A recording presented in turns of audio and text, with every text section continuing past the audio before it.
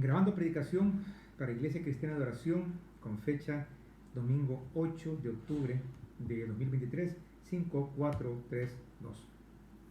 Amados hermanos, muy buenos días. Qué bendición que podamos estar juntos nuevamente, dándonos nuestro tiempo realmente para poder estar con Dios, para poder escuchar de su palabra, para poder olvidarnos por un momento de todas aquellas cosas que nos distraen, ¿verdad? El poder dejar el celular, poder dejar el televisor, poder dejar las redes sociales, realmente pues para que podamos nosotros abrir la palabra y poder aprender de la misma experiencia de Cristo Jesús con sus discípulos acerca de la voluntad de Dios para nuestras vidas. Así que si me acompañan vamos a comenzar orando, dándole gracias a Dios por esta mañana y pidiendo que sea su Espíritu quien nos guíe a través de la exposición de este mensaje. Bendito Dios, gracias. Gracias por tu misericordia, Señor. Gracias por tu amor.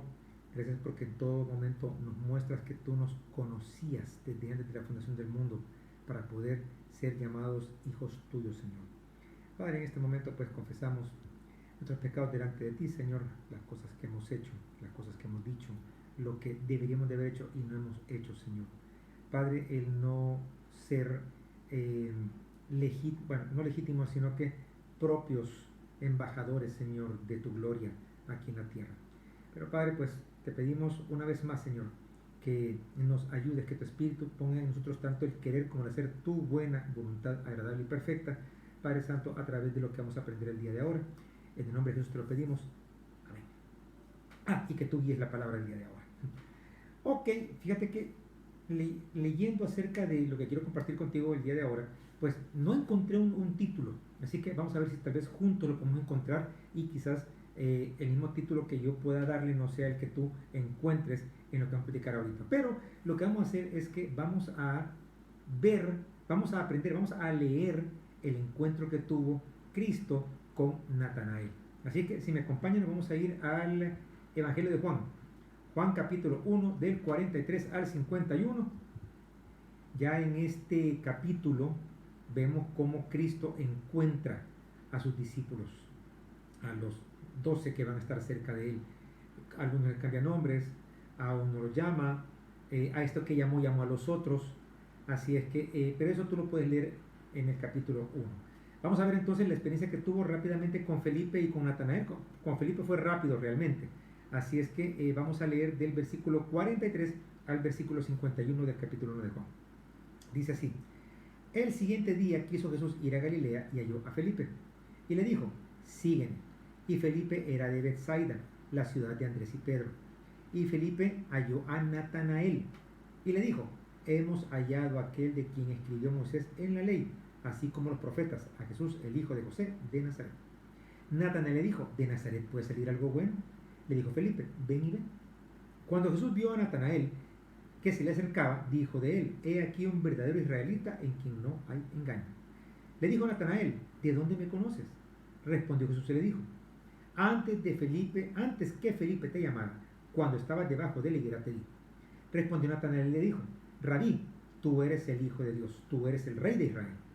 Respondió Jesús y le dijo: porque te dije te vi debajo de la higuera, ¿crees? Cosas mayores que estas verás. Y le dijo: de cierto os digo, de aquí en adelante veréis el cielo abierto y a los ángeles de Dios que suben y descienden sobre el Hijo del Hombre. Ok, hay cierta similitud, o de alguna manera desde el Génesis podemos ver nosotros, como veremos algunos comparativos, de cómo Dios fue preparando a través de la historia este momento en el cual se manifiesta al Cristo mesiánico. Ok, vamos a ir versículo por versículo porque realmente pues hay muchísimas cosas bien interesantes que podemos aprender de la actitud, de las palabras de estos hombres y del mismo Cristo para nuestras vidas. Dice el versículo 43: el siguiente día quiso Jesús ir a Galilea y halló, diga conmigo, halló a Felipe y le dijo: sígueme. Ok, fíjate que qué interesante porque tal vez no nos hemos puesto nosotros a pensar en este tema de hallar. Y Jesús nos llama porque nos busca antes de que nosotros pensemos o intentemos hallarle. Mira cómo dice Romanos 10:20. E Isaías dice resueltamente: fui hallado de los que no me buscaban. me manifesté a los que no preguntaban por mí. Pero acerca de Israel dice, todo el día extendí mis manos a un pueblo rebelde y contradictorio. Entonces, Él te está buscando. Antes de que tú pienses o desees o intentes el hallarle, Él te está buscando. Ok. De entrada vemos eso. ¿Y qué fue lo que le dijo cuando lo encontró? Cuando halló a Felipe. Siguen. Y Felipe era de Betsaida. No por casualidad siempre mencionan, o sea, pudieron haber dicho cualquier otra cosa o no lo pudieron haber mencionado, pero hay que entender que Betsaida era un lugar perverso. Eso lo podemos ver en Mateo 11:21, que no lo vamos a leer. Sin embargo, además de ser un lugar perverso, ahí podemos ver que hay un remanente conforme a la libre elección de la gracia de Dios. Claro, porque ahí en Betsaida, como podemos leer, que dice en el versículo 44, y Felipe era de Betsaida, la ciudad de Andrés y Pedro. Y aunque se reconocía que era un lugar de dudosa reputación o de mala reputación, la misma gracia de Dios se manifestó en ese lugar, de donde se encontraron 3 de los apóstoles de Cristo Jesús. Versículo 45. Felipe halló a Natanael. Natanael en griego significa don de Dios o Dios ha dado. Entonces, sobre Natanael, podemos ver que él fue uno de los 12. Lo que pasa es que cuando uno dice, pues Natanael fue de los 12, este es el Bartolomé que aparece en los otros 3 evangelios, en los sinópticos. Su nombre significa, Bartolomé significa Bartolmai, que es hijo de Tolmai. Quiere decir que este era como el apellido real de Natanael. O sea que él era Natanael, hijo de Tolmai. Natanael Bartolomé. Así es que si ustedes ven a Bartolomé en Mateo, en Marcos y en Lucas, está hablando exactamente de Natanael, de él que está hablando. Entonces, Felipe halló a Natanael, ¿verdad? Que ya dijimos significa don de Dios o Dios ha dado, y le dijo, hemos hallado, oíste bien esto, hemos hallado, y lo importante que significa esto, o sea, esta parte de dice, hemos hallado a aquel de quien escribió Moisés en la ley, y así como los profetas, a Jesús, el hijo de José de Nazaret. Entonces, ¿por qué? Porque ellos eran israelitas, o sea, realmente era lógico que lo dijera de esa manera. Eran israelitas y por tanto ellos esperaban al Mesías. Ahora, esto es en contraste con lo que leímos anteriormente en Romanos 20:21, en donde Isaías decía, pero acerca de Israel dice, todo el día extendí mis manos a un pueblo rebelde y contradictorio.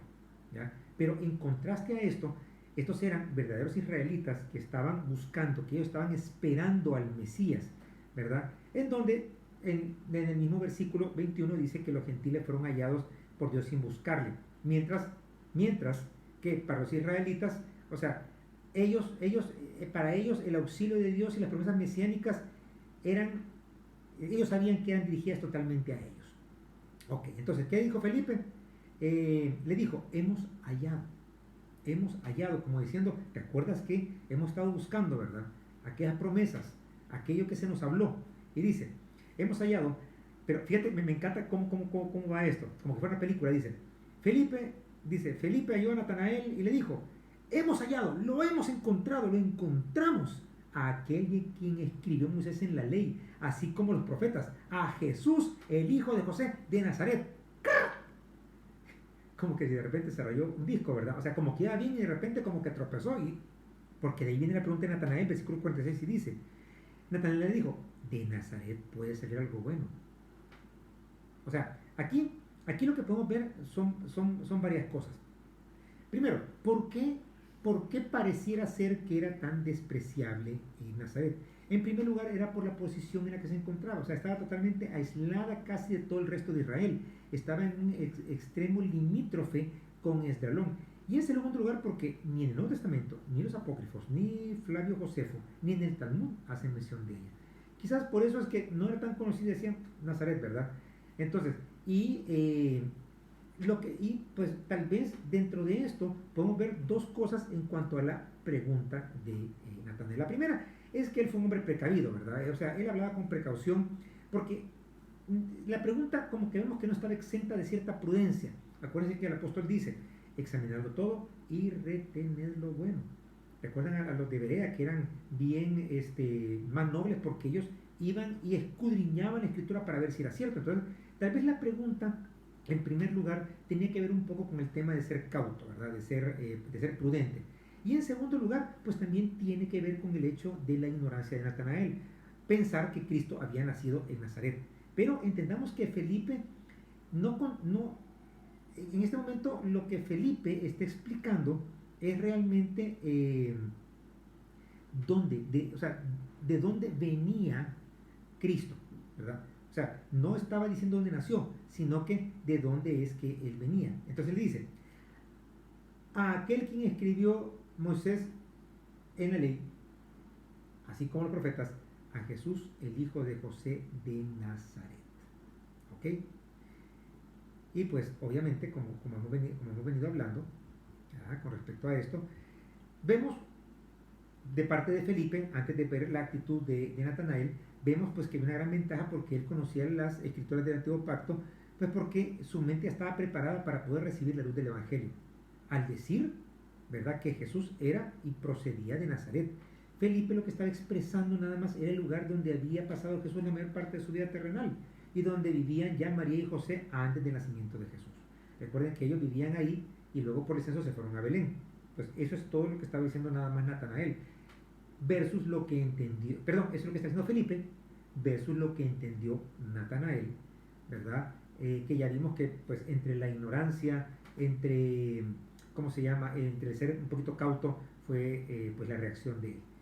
Ok, seguimos entonces. Natanael le dijo, de Nazaret puede ser algo bueno. Le dijo Felipe, ven y ve. Ahora, fíjate que cualquiera podría decir, ¿qué puede significar esto, verdad? Ven y ve. Pero lo que a mí me interesa y lo que me gusta a mí, y yo creo que lo que tenemos que aprender nosotros es a no contestar con tantos argumentos. O sea, nosotros queremos decir tantas cosas y a veces por hablar demasiado no decimos nada. Felipe no contesta con argumentos, sino que lo que él hace es que él actúa de una forma que debe realmente servirnos a nosotros, que darnos una pauta a todo creyente que se halla en una situación de dar un testimonio de Cristo Jesús. O sea, el mejor argumento que podemos dar es la experiencia personal de un encuentro salvífico con Cristo Jesús. ¿Qué fue lo que le dijo? Ven y ve. Como si le dijera, mira, ven a Jesús, tú también, y ve por tus propios ojos que Él es el Mesías, el Salvador del mundo, que puede hacer contigo lo mismo que ha hecho conmigo. Oye, yo creo que este es un argumento con el que muchas veces también podemos silenciar a aquellas personas que están en contra de la fe.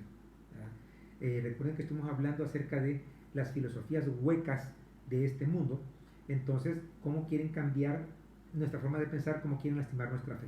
Entonces, yo creo que esta es la mejor manera de poder contestar cualquier contradicción que alguien nos quiera dar con respecto a lo que dice la palabra y decirles, bueno, vengan y vean. O sea, vean, intenten conocer al Cristo que cambió mi vida. ¿Ah? Se los quiero presentar. Y ahí terminamos.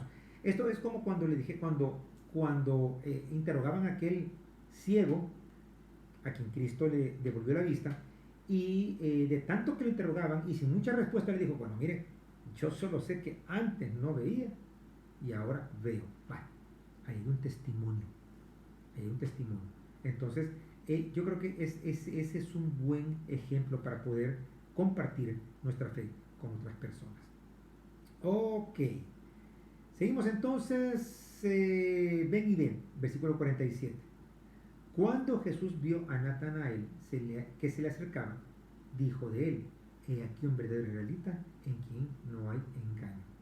Ahora, vamos a ver un par de cosas bien interesantes con respecto a esto, porque en primer lugar, Natanael, según lo describe la palabra, era un sincero y genuino israelita, o sea, sin hipocresía, sin duplicidad, sincero para con Dios y para con los hombres, lo cual realmente en ese entonces se dice que era una cosa excepcional entre los judíos. Más aún, fíjense bien, a la vista del contexto posterior que vemos en el versículo 51, porque podemos ir viendo un poco que Jesús iba contraponiendo al sincero Natanael, que se dice que era sin engaño, no sin pecado, pero sin engaño, al suplantador Jacob. ¿Quién? Recuerden que fue lo que hizo, ¿verdad? Él arrebató con engaño, ¿verdad?, la bendición de la primogenitura de Esaú. Entonces, El engaño de Jacob, quien en vez de fiarse de las promesas de Dios, él lo que hizo fue que se apoyó en su propia astucia y en la de su madre, para engañar a Isaac y después a su tío y suegro Labán. ¿Y saben cuál era el problema de esto? Que de él aprendieron sus hijos. Y eso lo pueden ver ustedes en Génesis 34. Esa forma de engañar para lograr cosas, los hijos mayores lo aprendieron para poder engañar.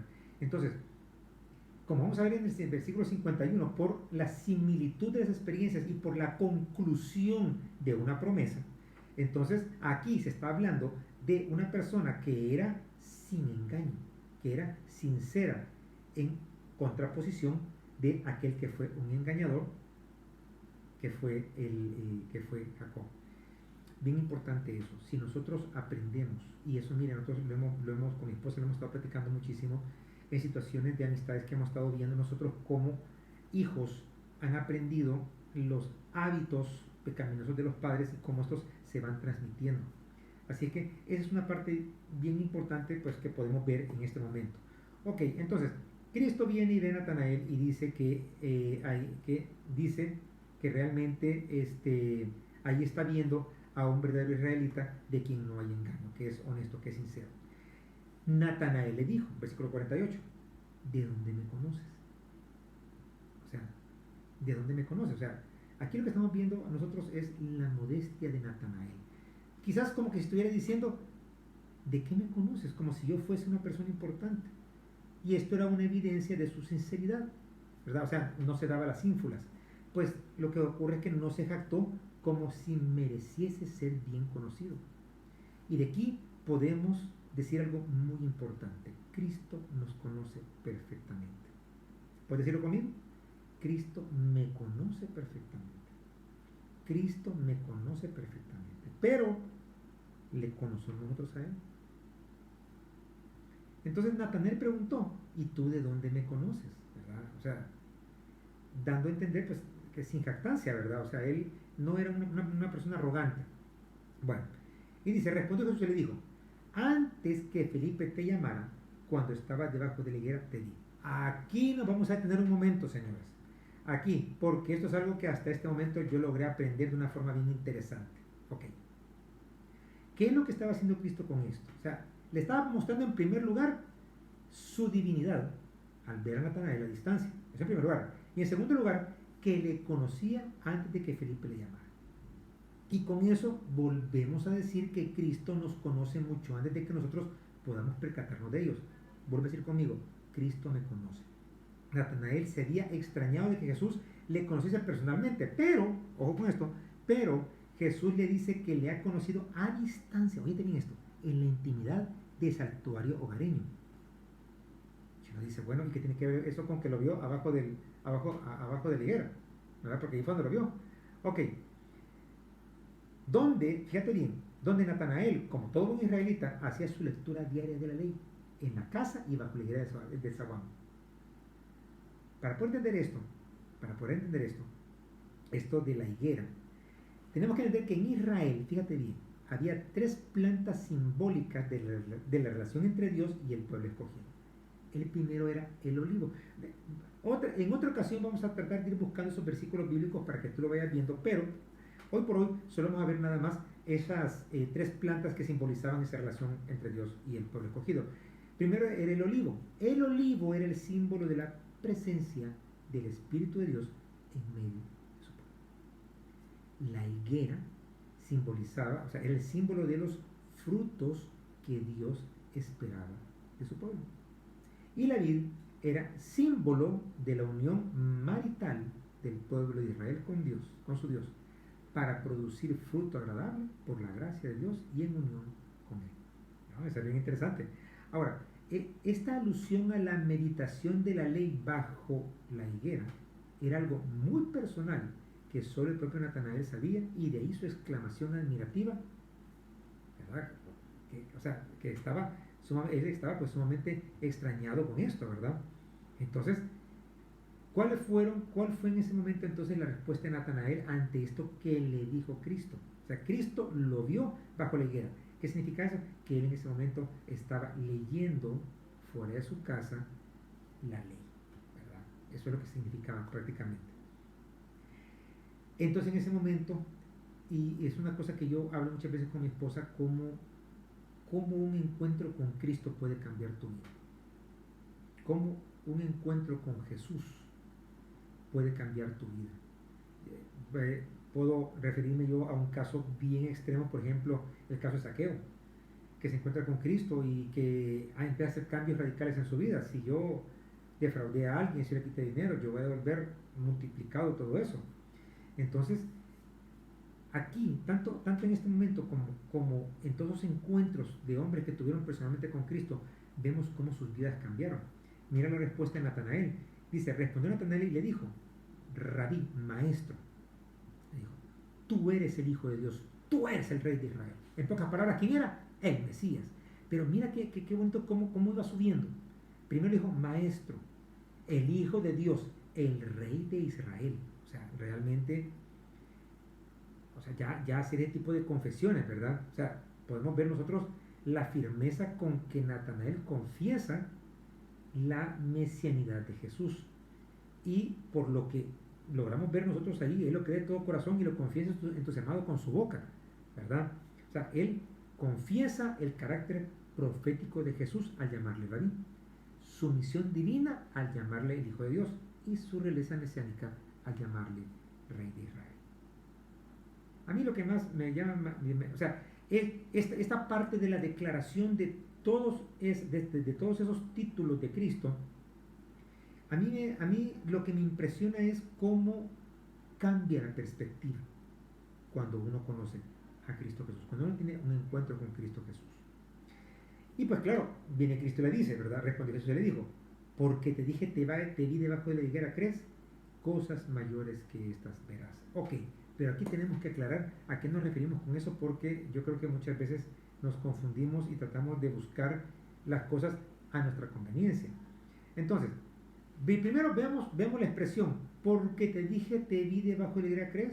O sea, esta era una señal de que el corazón de Natanael estaba bien dispuesto para creer. O sea, el que Cristo haya dicho esto, el mismo Cristo está reconociendo el corazón que está dispuesto a creer. Y lo segundo es que Cristo le promete pruebas más fuertes, pruebas que van a rebustecer, que van a aumentar su fe. ¿Cómo se lo dice? Cosas mayores que estas verás. ¿Verdad? Ahora, ¿qué es lo que iban a ver? Con sus ojos, los milagros que Jesús había de llevar a cabo y en especial su resurrección. O sea, ¿qué más grande que eso? Cosas mayores que estas verás. Hablando de los milagros que Cristo iba a hacer, o sea, porque siempre se trata de Cristo. Fíjate que ahorita poco a poco estoy pensando en varios temas que puedo haber colocado de esta predicación. Una podría ser de ella, ¿verdad? Siempre se trata de Cristo Jesús. Entonces, ¿qué cosas mayores iban a ver? ¿Verdad? Iban a ver los milagros de Jesús, o sea, especialmente ellos como testigos, ¿verdad? Y su resurrección. Ahora, de aquí pudiéramos decir que quienes con corazón sincero creen en el Evangelio verán crecer y multiplicarse para ellos las evidencias de su fe, de la manera como uno tiene que entenderlo. Y en todo caso, por muchas y grandes que sean las manifestaciones que desea Cristo a los suyos en este mundo, cuán grandes no serán las que nos hagan en la vida venidera. ¿Ya? ¿Por qué, amados? Porque siempre se trata de Cristo Jesús. No se trata de satisfacer los deseos de los ojos, los deseos de la carne o la vanagloria de la vida, sino que van a ser esos elementos que van realmente a hacer crecer y fortalecer nuestra fe aquí en la tierra y luego lo que viene después de que nosotros partamos ante su presencia. Muy bien, terminamos entonces con el último versículo y le dijo, versículo 51, de cierto os digo. Ustedes ya saben que cuando Cristo dice eso es porque hay que poner atención a lo que va a decir y eso es importantísimo porque se va a dar, o sea, eso es un hecho. Y una cosa muy importante, porque hasta esta fecha, y platicando con algunas personas, se creía que esto se le iba a decir única y exclusivamente a Natanael, pero entendamos que lo que va a decir en este momento se lo va a decir a todos, porque dice, y le dijo, de cierto os digo, a todos los presentes, de aquí en adelante veréis el cielo abierto y a los ángeles de Dios que suben y descienden sobre el Hijo del Hombre. ¿Se acuerdan ustedes que hablamos acerca de lo que ocurrió en el Génesis? Aquel sueño que tuvo Jacob, de aquella escalera donde bajaban los ángeles. Ahora, ¿a dónde caían los ángeles? En el suelo. Pero aquí está diciendo Cristo Jesús que descenderán sobre el Hijo del Hombre. Aquí hay cosa más importante, ver cómo esas profecías, esos modelos, esas figuras del Antiguo Testamento se van dando aquí, este complemento, esta promesa cumplida del Mesías que iba a venir, de los ángeles que le iban a servir. O sea, exactamente de eso estamos hablando y no de otra cosa. Entonces, por eso es el contraste que se da entre el Jacob engañador, que a pesar de eso, Dios fue fiel para con él, porque a él se le había hecho una promesa, que lamentablemente él fue a arrebatar, con astucia se le arrebató al hermano mayor, cuando a él se le había dado una promesa. Entonces, aparte del contraste, como repetimos anteriormente, que ya hemos visto en el versículo 47, donde Jesús contrapone a Natanael sin engaño, al engañador Jacobo, es bien probable que Natanael tal vez hubiera estado leyendo esa misma cita, o sea, estando bajo la higuera, ¿verdad? Cuando Jesús lo vio, que es el pasaje que se encuentra en Génesis 28:12, en que se narra el sueño de la escalera, lo que estamos platicando hace un momento, ¿verdad? Donde los ángeles subían y bajaban, y Dios le prometía desde arriba a Jacob que aquella tierra que le darían a él y su descendencia, los cuales se habían de extender por los 4 puntos cardinales, de modo que, ojo con esta palabra, fíjate, que todas las familias de la tierra serían benditas en ti y en tu simiente. Esto está en Génesis 28:14. Esta palabra hecha en ese momento donde se veían los ángeles bajar y subir en una, ¿cómo se llama?, escalera con un destino vacío, se estaba cumpliendo ahora cuando habla de su simiente, que es Cristo Jesús. Y entonces con esta última frase se anticipa el anuncio del Mesías, lo que estamos hablando, ¿verdad? Es lo que se había hablado en Génesis 3:15 y en Gálatas 16. Aquí en Juan, Jesús declara que la profecía se ha cumplido, porque en Génesis 28:12 los ángeles subían y bajaban, por lo que les decía a ustedes, en esa escalera vacía, y ahora no, era sobre el Hijo del Hombre que estaba dando.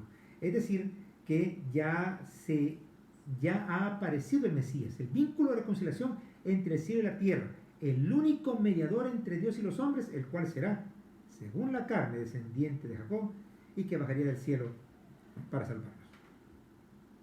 Pues he ahí. ¿Qué nombre le ponemos? ¿Y qué nombre le pondremos? Mataré Lorelorán. Yo le pondría Jesús te conoce. Yo creo que esta es la parte.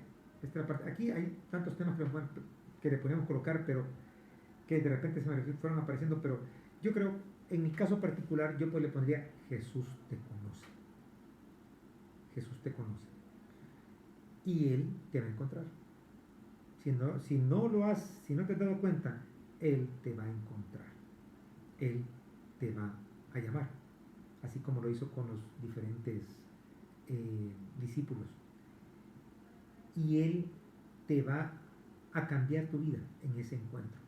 Ese podría ser otro, ¿verdad? Eso puede ser cuando la vida cambia cuando te encuentras con Cristo Jesús. Ese puede ser otro tema.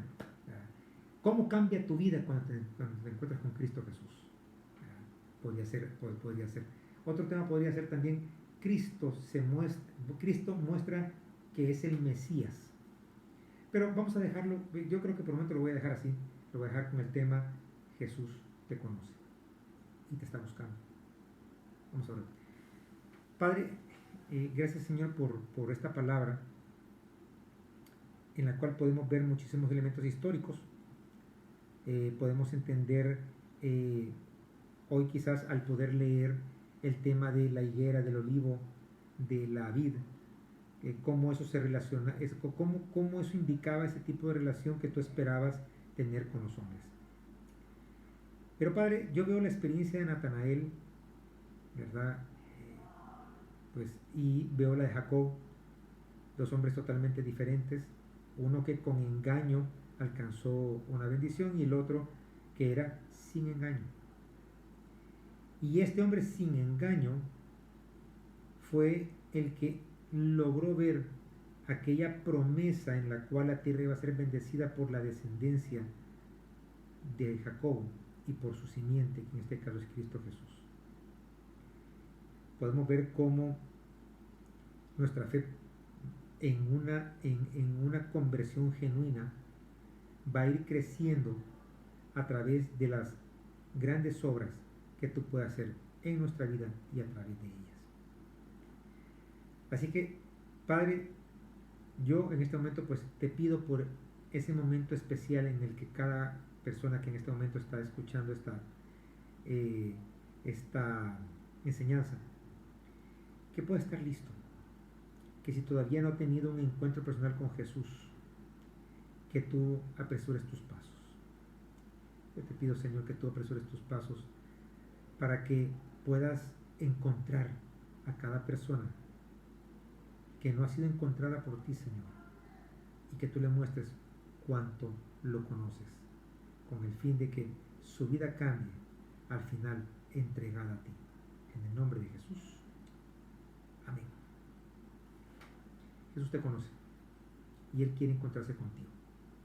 Y quizás tú tienes años de haber conocido también a Cristo Jesús y por algún motivo esa relación con Él se ha enfriado. Él te está buscando. Recuerda, el versículo de yo estoy a la puerta y llamo es para cristianos, ¿verdad? Y Él quiere volver a tener intimidad contigo.